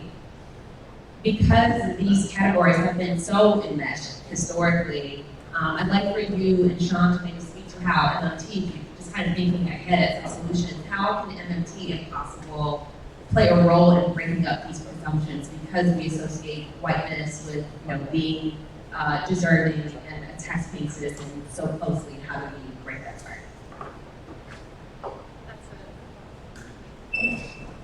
That's a really good question. I wondered that myself. I think one mechanism is what several things in the works said, something related to defining tax paying and the process of taxes as essentially an efficient action, like an efficient tool, not as a point of. I mean, I really sympathize with the sense that taxes are a sense you're giving to people that you can't see in some way, and there's something kind of wonderful in the taxpayer process in that way. But I think we just need to reframe the discourse to focus on its economic implications and reaffirm that you earn your rights and you earn your personhood through being a person and not through this individual tax liability in a given year. I think one of the things when I was talking about the Trump example is Breitbart published a series of maps in leading up to the 2016 election. And it was based on a lot of maps that were circulating, like the New York Times and elsewhere, that were like rooted in who could vote in 1787 or who could vote in 1853. So it was sort of like related to race and gender and dynamics in those maps, rooted in historical actual facts. And then Breitbart made one that said, what if only taxpayers could vote? And what they really meant is, what if white people could vote? And that was actually the data that they drew from to make their map, which just shows the collusion of the two concepts. I don't have much to add except that, what your presentation made me think of is that the way like people identify as taxpayers act, it's like a lot of can I talk to your manager energy, right? Like where it's like I paid for this service and I deserve, you need to listen to me. And I think the more that we decouple those things, that assumption just breaks down. If schools were actually paid by federal money, and that federal money was understood to not be tax dollars, I think it would just do so much to undermine the basic logic. And it would equip other people engaged in debate with those people to just completely brush them aside. So I think it's really powerful. Just to add one thing, reframing it so that people understand that if you say I'm a taxpayer, you might as well be saying I'm a white person, I'm a rich person, I'm a person who owns a home. It's in the statement of entitlement for religion, we're usually uncomfortable with those public statements, so maybe I'm a taxpayer should be in that realm. And Sean, if you could maybe add to that in terms of what you've seen in the field, so in terms of kind of organizing tactics, how do you have this conversation kind of one-on-one with people, and what have been your experiences with having these types of conversations? It's kind of like what I said. I mean, I think that people are really motivated by the policy and the promise of the policy. Like in Iowa, for example, all of the water is poisoned by the corporate agriculture industry. There's 23 million pigs in Iowa and 3 million people, and it produces as much waste on a per square mile basis as Bangladesh. It has the equivalent of a waste density as Bangladesh. Is that where the feral hogs were? No, that's not where the feral hogs are. These are different. Yeah, so like 300 people get cancer from nitrate poisoning a year, and people can't drink the water. So when they hear about a Green New Deal, they're thinking about their water, right? They're not thinking about how you pay for it, and all they need is something where it's like, oh my God, my uncle on Facebook was saying that this is going to ruin the country, and all they need is someone who's confident, being like, that's not true, this is not the way it works, the government doesn't work like a household, and there's a whole army of economists that can tell you the same, and I can point them to you if you want, and then generally they're just like, no, I just needed to hear that. Like, I just needed to know that that's the case, yeah. This question is for Dr. Banks. You wrote that Sadie Alexander feared that white Americans would be willing to sacrifice freedoms and civil liberties in exchange for the vague promises of a self-proclaimed Messiah who claimed that he could fix all their economic problems, obviously drawing very clear parallels to the 2016 and the election of Donald Trump. So my question to you is that, yes, they're willing to sacrifice these freedoms, but whose freedoms are they thinking they're sacrificing? Because as Dr. Walsh talked about, there's kind of this sense that that's what happened to other people. And you heard, maybe some news reports of Trump voters who said, I didn't think it would happen to me and my family. I didn't think it would happen to my wife or my husband if they got deported. So how do you sense that kind of interaction between people who think these are my freedoms and I don't mind sacrificing them, and others who don't even think that that applies to them, even if it could? It might be kind of a big, broad question. So how do you kind of reconcile these two beliefs between people thinking that they're sacrificing their own freedoms and liberties by electing somebody like Donald Trump, and other people who don't even realize that they can be in that equation because they kind of push it onto others? It's only other people whose freedoms will be sacrificed if I elect, someone who's dogmatic and dictatorial.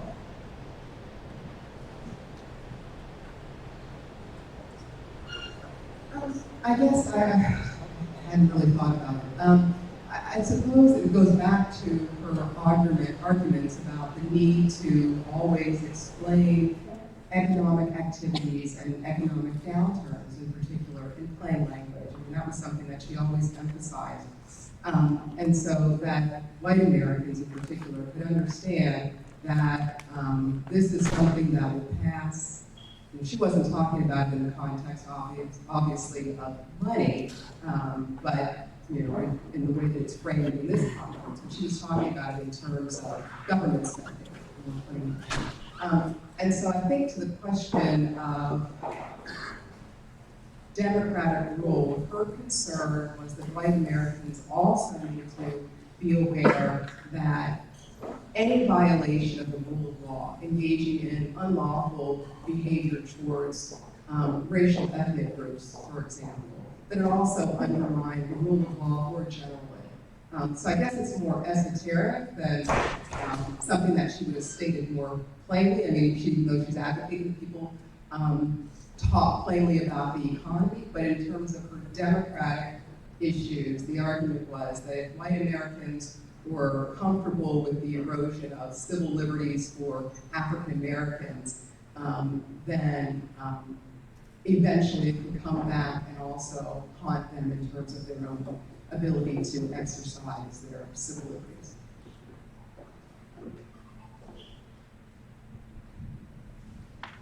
So, Dr. Coates, I grew up also in a Black church, not a church of Blacks. And so I want to address this article that you wrote, that you had an excerpt up there in your PowerPoint. And in that letter to Sojourners, you talked about kind of the role of the civil rights, of the Black church in the civil rights struggle. But we know that it has also promoted some conservative values, that those churches of Blacks, not the Black church, right? And some of those clergy were a part of the groups who advocated for the crime bill. But this letter that you wrote, featuring almost 24 clergy members, clergymen and women, they all supported this letter. They all signed on to this letter. So I'm curious as to if this is like a generational shift. Is this something that has changed from the clergy in even the 80s and 90s who adopted this conservatism? Or is there something else? Is this a different group of folks? Are you coming from a different ideology? If you could just kind of talk about maybe what's going on there. It's a good question. I'm not sure it's a generational thing because I think when you look at this cohort of clergy, they span a variety of generations. There's some 30s, 50s, 70s. I think what's happening is that folks in the Black community have realized that those whom we have given economic stewardship, who have presided over the failure of our economy in the 90s under Clinton, in the early and under Obama, that they don't deserve our trust any longer. And so I think what's happening is that the times are right now for people to say, why should we continue to assume that people like, Bob Rubin or Larry Summers necessarily deserve our continued support, because they have presided over the destruction of our economy, the undermining of our community. And so I think people are now looking for an alternative framework for thinking about how we're going to address mass incarceration, protecting our planet, and providing health care for everyone. And so I think this is what it's about. I think that the very people that we trusted have forsaken the sacred trust, for lack of a better term, of those who now lead these institutions. I will say that it's critically important that we get this message out, because what I see now are the same tactics that were being promoted to Black people in the 90s being promoted again. In the 90s, there was an attempt to get Black clergy on board with a series of policies that supported relying on financing as a means for addressing issues in the Black community. A whole host of Black clergy who were going around the country saying, if you just get a house, Black people just go get a house, that's the way to kind of get wealth, it's going to save your family, it's proven to be the means of, getting wealth in America. And right now, we see the very same strategies that were used in the mid-90s being used again with Black clergy and with other leaders, encouraging a kind of reliance on financing and the financial sector, whether it's through these opportunity zone schemes or public-private partnership schemes and a range of other strategies. So the time is now for us to get out before leaders and influencers to let them understand how, rather that we cannot continue to rely on the very same sector that is. So I want to leave some time for audience questions, and I've got one question that's going to apply to all the panelists. And it's kind of, I'm getting at it in a sort of roundabout way, because this kind of applies to what everybody was saying up here in terms of, there's a saying that when America gets a cold, Black people get the flu. In terms of the disproportionate effects of what happens under industrialization, what happens under capitalism, what happens when we have a very individualistic value system, it's Black and brown people who get their lives get kind of torn apart the most.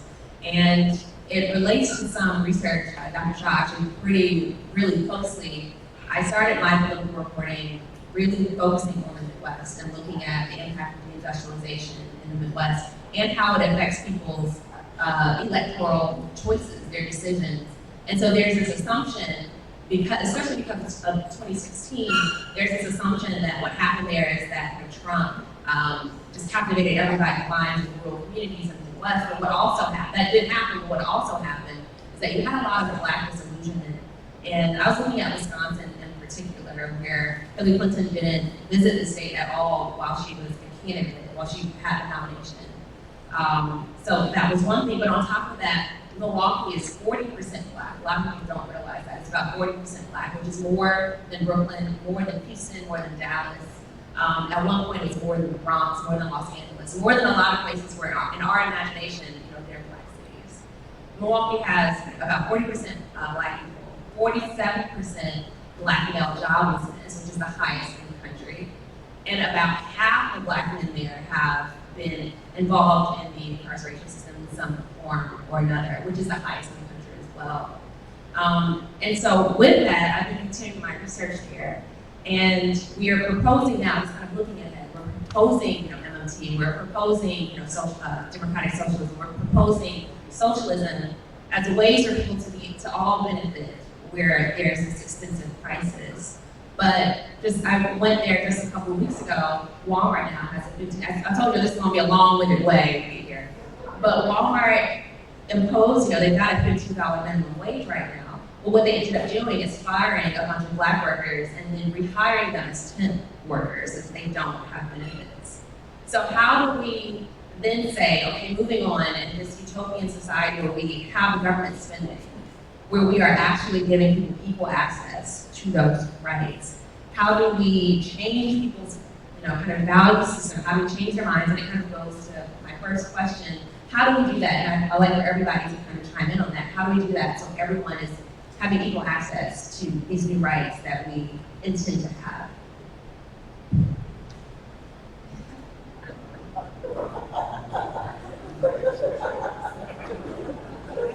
I don't know. Because I think there's a really important question that we haven't asked, right? So you gave us a list of questions, and one was this big question of how do we pay for it, right? The myth, right? How do we pay for it? But the other big reason why I think so many white Americans tend to be opposed to so many wonderful universal programs is because they know somehow that people of color will disproportionately benefit. And that's a big problem in this country, and it's of course tied to this taxpayer trope. So we have to tackle that somehow, which is, I think, part of what you're asking. And I don't have an answer for that, but we have to tackle it. The sense of resentment that white Americans have when they think that health insurance or education, whatever the benefit is, will disproportionately benefit people of color. Food stamps is a good example. Vote against that. Vote against that, even if they receive it, because they think that Black people are disproportionately benefiting. Right? So we can't overlook the issue of race. Yeah, there was a book that came out recently called Dying of Whiteness, and it was a public health professional who did these studies and interviews, and I think like Medicaid expansion happened in Kentucky, but did not happen in Tennessee, or maybe the other way around. But there was, a 20-mile gap between people who had Medicaid expansion and who didn't. And he interviewed a person who was on the side that didn't have it, and he was like, aren't you angry? Like, you could be getting the care you need, but you're in this terrible situation, and if you live 20 miles over, you would have everything that you needed. And he said, I'd rather die than have Obamacare. So I think like this is a tension that I'm grappling with, because like in a certain way, like what we're dealing with is a deep psychological problem where people see white supremacy as property, and I'm not sure if like a robust economic program can fix that. But yeah, it's the only thing that I can think of. So. Yeah, I mean, two things. One, I think, as a research as well, but we have to use MMT not just for its explanatory power around taxing, spending, and currency, but to address this myth of scarcity that is so effectively used as a political tool to create resentments and also to like stoke the flames of insecurity and anxiety. You know, things that like all human beings have anxiety about where their things come from, right? So if you stoke those flames effectively enough, we're going to get a lot of votes, and you can like build it on the foundation of white supremacy. But I think there's another answer in relation to sort of eliminating that constant threat of scarcity, which is education. And this is partly why I was studying K-12 education. I also teach a human rights class where I constantly am invoking for students that they need to remove the logic of sentimentalism from how they view human rights, because it always becomes like, oh, woe is the children, like if something happens to a child, it's worse than it happens to an adult, which doesn't really make sense if a human person is all that value.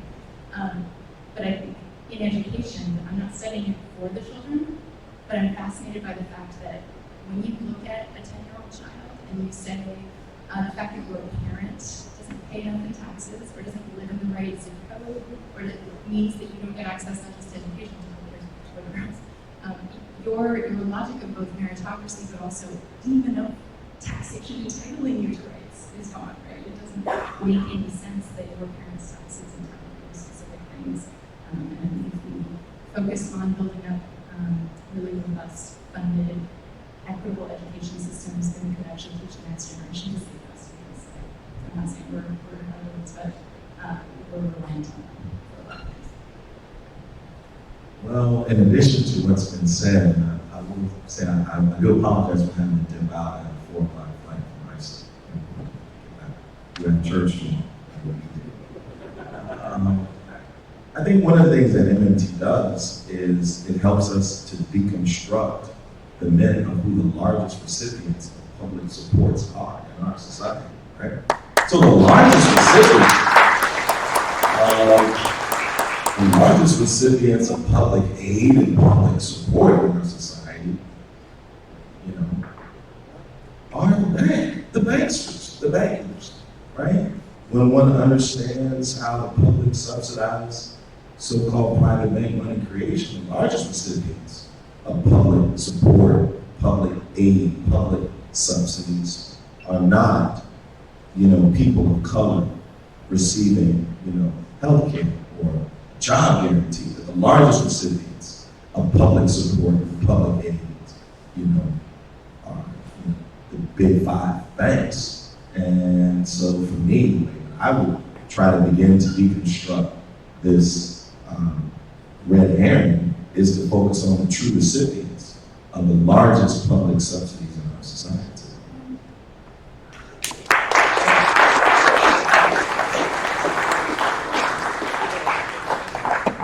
Hi, I'm Steve from Brook. I want to thank each and every one of you all for this great panel. One of the things that I wanted to make mention, obviously I'm white, but I fell apart during the global financial crisis. And while I'm very progressive, I'm not unlike many Trump voters. I look like them, oftentimes sound like them. There's a lot of things that you could see in my life that mirror them. And one of the things that drew me to MMT not only was the fact that my own demise, but I want to say my name with my title so you understand that this can happen to anyone. My name is Stephen B. Grumbine, MS, MBA, PMP, PSL1, ITIL. And I have an extensive resume. And I was unemployed for almost a year, this past year. And the only thing that kept me from hanging in my basement was the fact that I got a child with autism who will never be independent a day in his life. And if I don't live forever, who's going to take care of them? So I want you all to understand that there's a lot of people out there that are disadvantaged communities that maybe aren't of color, but that can build huge coalitions to take this, because this is very real to me. This isn't for some fun thing, you know. I am constantly on edge, living like a feral cat, and I am very well educated. I can teach in the university if I wanted to. And I am literally on that precipice myself. And when I talk to people outside of these rooms, this is what they're seeing. And when I hear you all are saying, every one of you, it's incredibly powerful. I mean, your story in particular, I sat there and like inside, I felt this like, boom. You know, I mean, this is what's going on. So I guess my question to you is, how can we marry the commonality to lift the other people that are more in the vulnerable spectrum? How can we lift them into this coalition of the oppressed so that we really can lift all ships? Because this is the beauty of MMT. Well, I want to hear from you. I really feel this is like the most important thing in the end, because we're not going to win without each other. Thanks.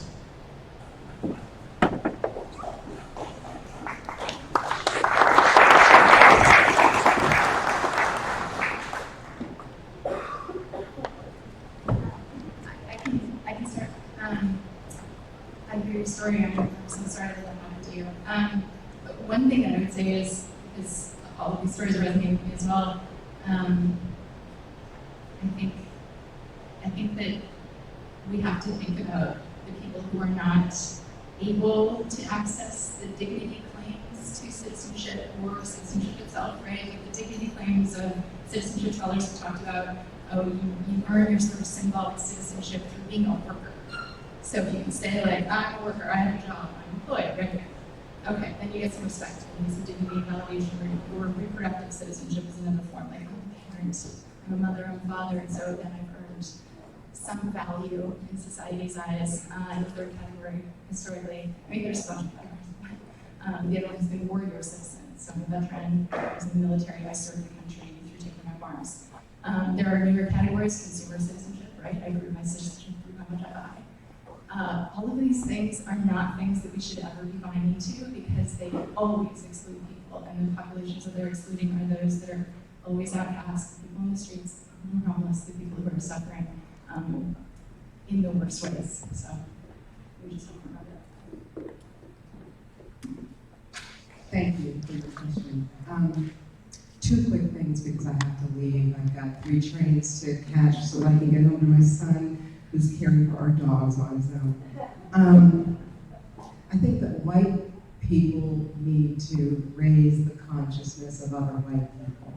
People of color can't do it as effectively as white people, and I think it needs to happen. And then the second thing, and I don't mean to trivialize it, but I really do think that, and to go back to Sadie Alexander's arguments and the arguments of so many people in this room, I think that a federal jobs guarantee would go a long way towards diminishing the pain that people feel because they can't get a job. It should be a right of citizenship.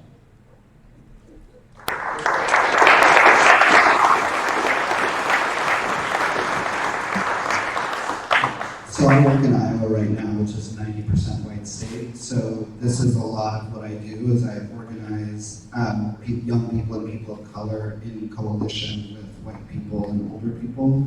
And we just had a presidential forum with Sanders, Warren, Castro, and Buttigieg, and we had a third generation 80-year-old white Iowa farmer standing on stage with a Honduran farm worker labor organizer. And what he said was that the same evil that drives Iowa farmers to suicide is the same evil that's assassinating labor organizers in Honduras, and that's corporate power. And I think that's the message that we need to be telling, because a lot of people can see themselves in that. Like, stop dividing ourselves between left and right and start between the few at the top and the many of us at the bottom. Hi, thank you. So one of the things I appreciated about the panel was that people brought up Alexander and King and Scott King, not only as organizers, but also as political theorists and as strategists. Because one of the concerns I have about MMT in relation to this panel is that, MMT is predominantly white theorist. And it's, connected to the whiteness of econ in terms of, the paucity of people of color and black people who are getting PhDs in economics.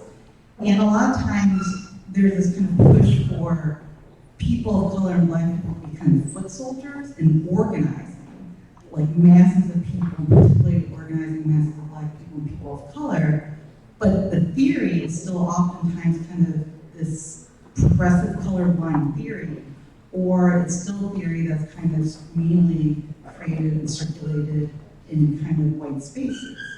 And that concerns me because that replicates a lot of kind of tendencies of leftist and progressive organizing, where there's this kind of divide between so-called thinkers and strategists, and then people of color and Black people often are kind of tasked with certain labor, which is very vital and important, and organizing is strategizing and theorizing, but it also comes with a lot of different kind of risk, physically, kind of politically, socially, and all this stuff. It often also comes with a lot of times not having some of the levels of job security.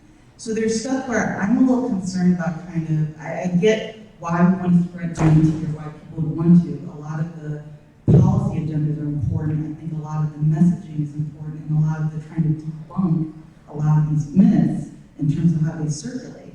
But I'm a little concerned about kind of the setup of what this could mean in terms of kind of the replication of certain kind of racial inequalities regarding labor and regarding kind of who gets to dominate the theorizing, the intellectual kind of work decides that this is the messaging, or that decides this is kind of how we're going to think through these issues. And then who's being tasked with kind of bringing people in, and then particularly bringing people of color into that kind of dynamic. Well, I don't know if the panelists want to address that, but I can speak from my experience. Is that, you know, Raul and Rowan are two friends of mine, so I think a lot of it is sometimes not necessarily intentional forms of exclusion, but it's just by virtue of their network. And so we went to a predominantly white law school, so that tends to be, you know, what you would be attracted to. But I think that there are ways to build alliances, even when you think about the people that have theory. That was the purpose of having this panel to begin with. So, I mean, you're sitting in a panel that was intended to kind of bring that conversation in where it wasn't necessarily in the fold before. I think it's going to be a long process because, you know, we have kind of been in this situation. We've created circumstances over decades and decades of kind of marginalizing Black thought and scholarship for people of color and for women. So I think it's going to take some time. But I think sometimes it's not necessarily nefarious. A lot of it is like, what is the network? And who, you know, they just called me up. And I was like, okay, I can moderate this panel. So I think sometimes it requires that sort of networking. And you can, you know, talk to them. If you have a panel, then I'm sure that that's like something that can also be brought into the fold. I don't have too much to add, especially I don't know much about the organizing, but yeah, I think this is just such a long-standing problem on the left that it needs to always be raised and needs to have attention brought to it. Yeah, I agree. Let's put your hands up for a question. We have time for one more.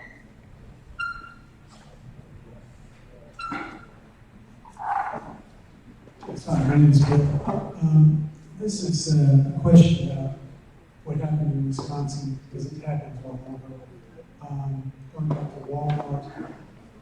It also happened right here in Suffolk County, where Walmart was, they weren't paying their people enough, they were going on welfare, and subsequently, it was decided that you gotta pay your people enough so that they don't have to go on welfare. That's essentially what happened.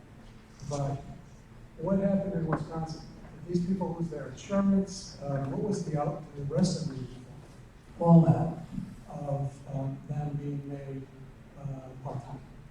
So I actually kind of completed two different stories. One of them was my initial reporting in Milwaukee, Wisconsin, where deindustrialization has led to basically the decimation of Black wealth there. But I also went to a suburb of Chicago called Joliet. And it was just in March where Walmart fired a bunch of workers there. And they're kind of dealing with a lot of different things. Some people have like gone on to work temporarily. I went to an organizing meeting where there are a number of men who they were actually traumatized because some of them had been working there for like maybe 5, 10, 15 years, they had a steady job. These were, mostly Black men in a random city called Joliet in Chicago.